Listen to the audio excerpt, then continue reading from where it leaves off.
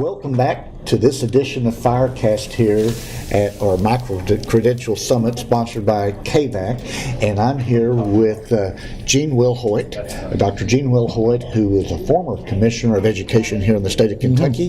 He also had a job in Washington, D.C., where he worked with all 50 chiefs of education in the state, and now he's at the UK Center for Innovation and Education. Correct. So, Gene, welcome to our show. Well, good to be here. Good to be at this conference. Well, what is this event all about, and what's its value? Yeah. Well, I wanted to come to this meeting because competency-based education, personalized learning, all of the kinds of words we're using to enhance the learning experience for students are on our agenda and the agenda of all educators in the country. We're moving toward a system where we have to educate all of our children to very high levels of learning. And that means having an educated teaching workforce, a profession. And I call it an empowered profession. And what we're trying to think of are ways that we can begin to rethink the way in which we train and support them throughout their careers. And so micro-credentials are one very important element of our thinking right now. Are there ways that we can bring to teachers on site at a time that's convenient for them that leads to increased practice in a way that teachers feel excited about it and feel ownership in it and feel like it enhances their capacity to help those students learn at those high levels.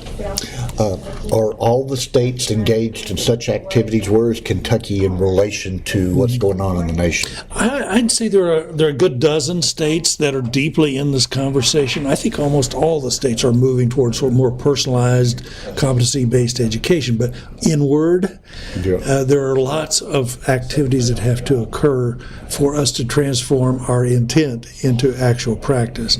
I'd say Kentucky's on the edge of this working. I would say KVAC in Kentucky is a leader in this conversation, not only in terms of micro-credentials, but in terms of finding ways to better support your teachers. And that's tremendously important because it's a rural area. Teachers here need greater access to learning resources and supports, not as closely aligned to a university system as someone who might live in Lexington or Lowell area. So I would say that in the whole scheme of things, KVAC is on the fringe again. They're a early learner in this process.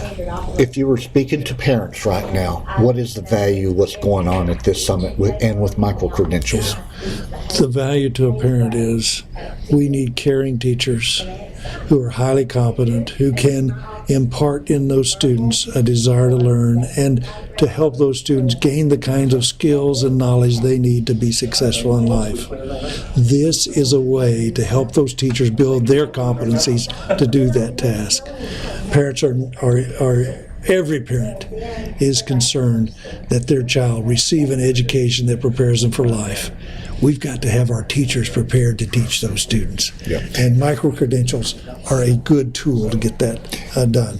And speaking directly to teachers, then you've basically someone answered that question, but so for teachers, why should they be engaged in this? We've got to treat our teachers differently than we have historically. We've said to teachers generally, and this will be an exaggeration, but you go to school and then you go into a school and you have some bit of support there, but not what you actually need to grow. In order to gain additional skills, you've got to go away to a university at a time inconvenient to you to enter a curriculum that's been pre-designed.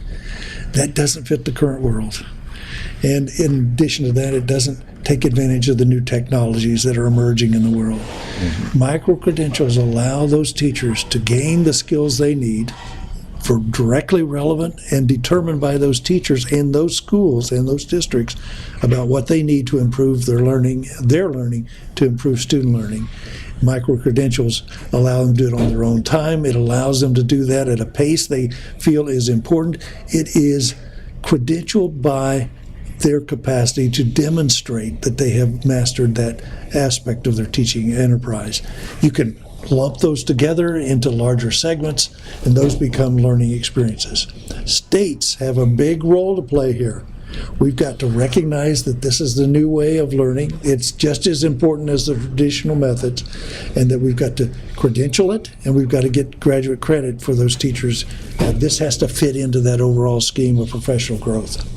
Well, Gene, as we know, because of the state budget woes, same way like so many other states across the country are having these budget decisions that they have to make, hard decisions. Unfortunately, one of the first things in education be cut is professional development, professional learning. So in light of that, what do we need to do in the state to make sure that the micro-credential type of programming is successful? First, recognize that cutting professional development is short-termed and ill-advised. Maintain the commitment that we've had. But beyond that, districts and schools can begin to think about how they're currently using the resources for professional development, local resources, state resources, and federal resources, and begin to think about using those in different ways so that teachers can take advantage of micro-credentials. We need to begin to find ways to build partnerships among and between districts so they can share expertise. We need to take advantage of our expert teachers who can teach other teachers through micro-credentials. We can also begin to link to some national resource bases that can help us in this area. KVIC is a wonderful organizing entity for all of this. Through KVIC, you could bring teachers from multiple districts together into learning experiences, so you're not confined to your own school, but you're working with teachers across interest areas and across skilled areas that are necessary. It's a wonderful way for them to begin to deliver all of this through KVAC as a mechanism. So I see entities like KVAC as being central to how we can maximize the resources that we have available to us and how we can make it more efficient to deliver these services.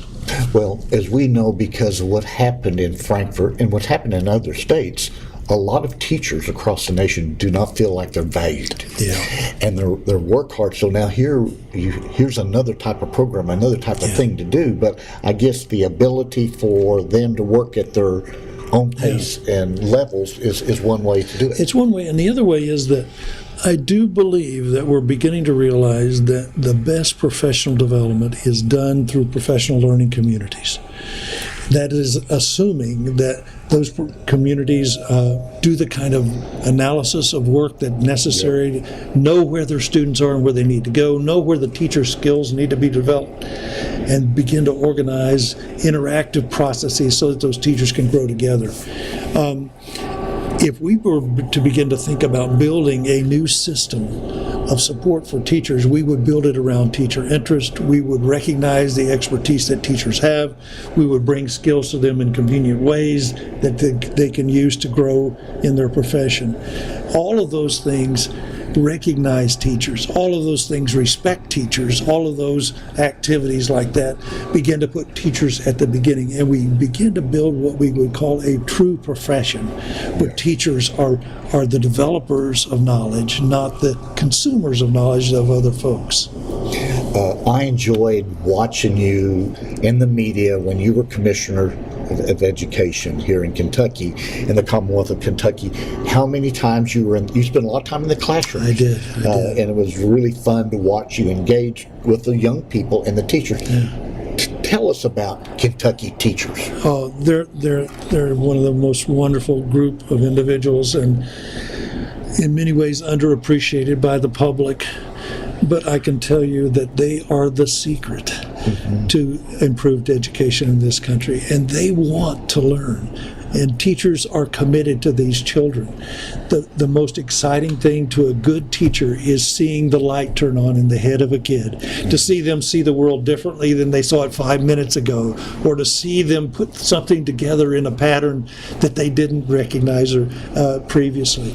And to get excited about learning and get excited about a content area and get engaged in the learning and become lifelong learners. That's what teachers really, really appreciate and love. Yeah. And I love being in those classrooms with those kids where those teachers were doing just that. And you could see it in the eyes of the kids. You could see it in their excitement, their voices. You could see it in the way they interacted with me. They wanted to tell me what they were learning. Isn't that an exciting world where kids can jump onto you immediately with, this is the most exciting thing. I can just remember still vividly those personal conversations with students about what they're learning. That's what it's all about. Hey, Gene, thank you Pleasure so to much. be with you.